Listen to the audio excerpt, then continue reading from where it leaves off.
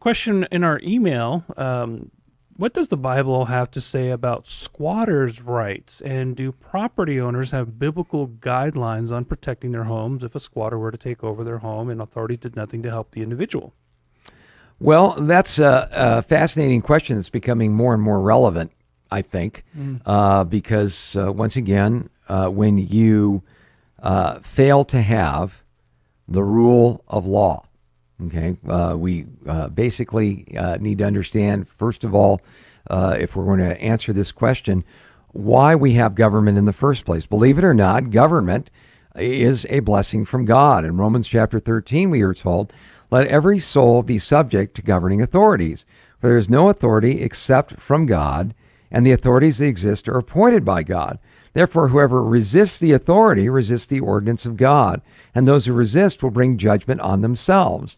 For rulers are not a terror to good works, but to evil. Do you want to be unafraid of the authority? Do what is good, and you will have praise from the same.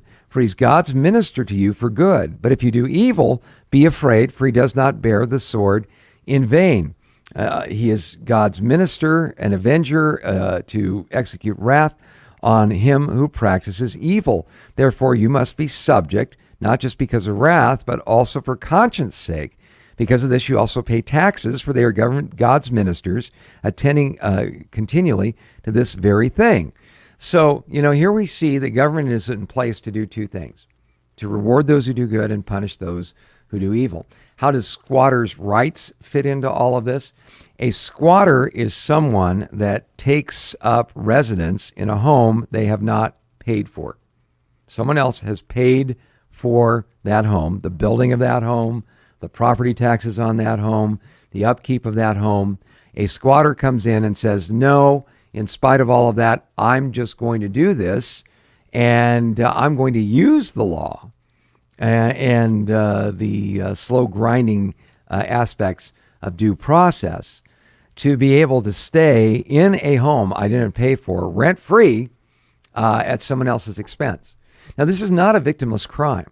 When we've seen squatters do this sort of thing, they tend to do charming things like pour cement into toilets, thrash all the electrical before they leave, and so on.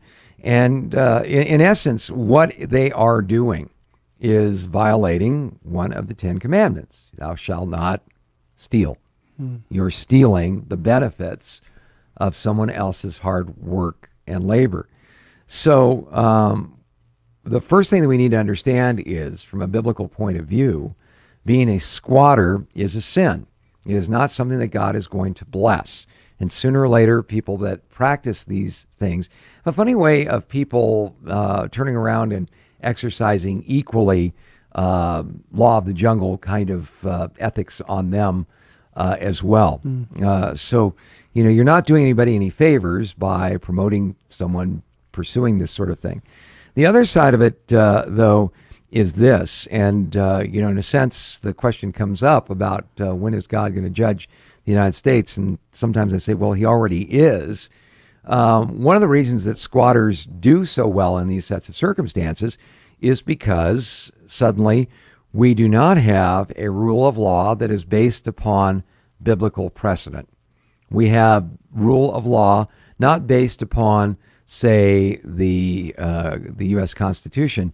We have rule of law based upon lawyers or based upon unprincipled judges.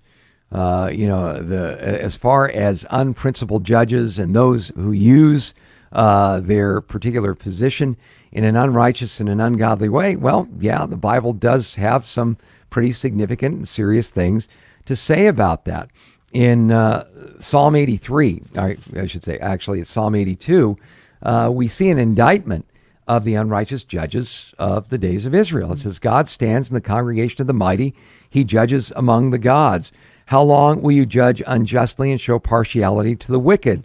Defend the poor and fatherless, do justice to the afflicted and needy, deliver the poor and needy, free them from the hand of the wicked. They do not know, nor do they understand. They walk about in darkness. All the foundations of the earth are unstable. I said, you are gods, literally Elohim, and all of you are children of the Most High, but you shall die like men and fall like one of the princes. Arise, O God, judge of the earth. judge the earth, for you shall inherit all nations. Now, this particular passage gets controversial, but when it refers to judges as Elohim, it's a reference back to the book of Exodus, chapter 3, when Moses was trying to beg off being God's chosen deliverer. He said, "Oh, I've never been articulate before or since. You need to send someone else." And God said, "Your brother Aaron is articulate. Here's what you'll do. You'll receive my words, and you shall share my words with Aaron, and you shall be as Elohim to him." In other words, there would be a seamless connection between Moses hearing from God as his prophet and Aaron hearing from Moses as the one who would communicate God's truth and his standards to the people. So these judges being referred to here in Psalm 82, by the way, this doesn't refer to some council of the gods or something, Mount Olympus 2.0 going on in some heavenly realm. It's an indictment of these very secular judges whose job in Israel was to be those who would hear from God and his word and communicate his word and his will and his laws without fear or favor. Here we see they weren't doing that. They were using their position to oppress the poor and the needy. They withheld justice from the afflicted and so on. They refused to deliver people from the hand of the wicked. Well, what we're seeing in squatter situations where judges will not step in, where the law will not come in and evict these people who are clearly trespassing, clearly stealing the benefits that somebody else has worked for. When they do not do that, we see the foundations of the earth being shaken. And the reason the foundations of the earth are shaken is because our society, our culture, has largely abandoned the idea of absolute truth. There are certain things that are right or wrong. And as soon as you do that, understand something, you haven't embraced freedom. You instead have placed right or wrong in the hands of some arbitrary judge, some individual who's doing what seems right in his own eyes.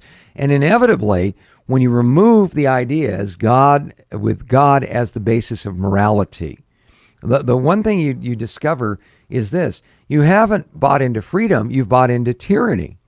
Because if God and his word is not the standard, then what is? Power.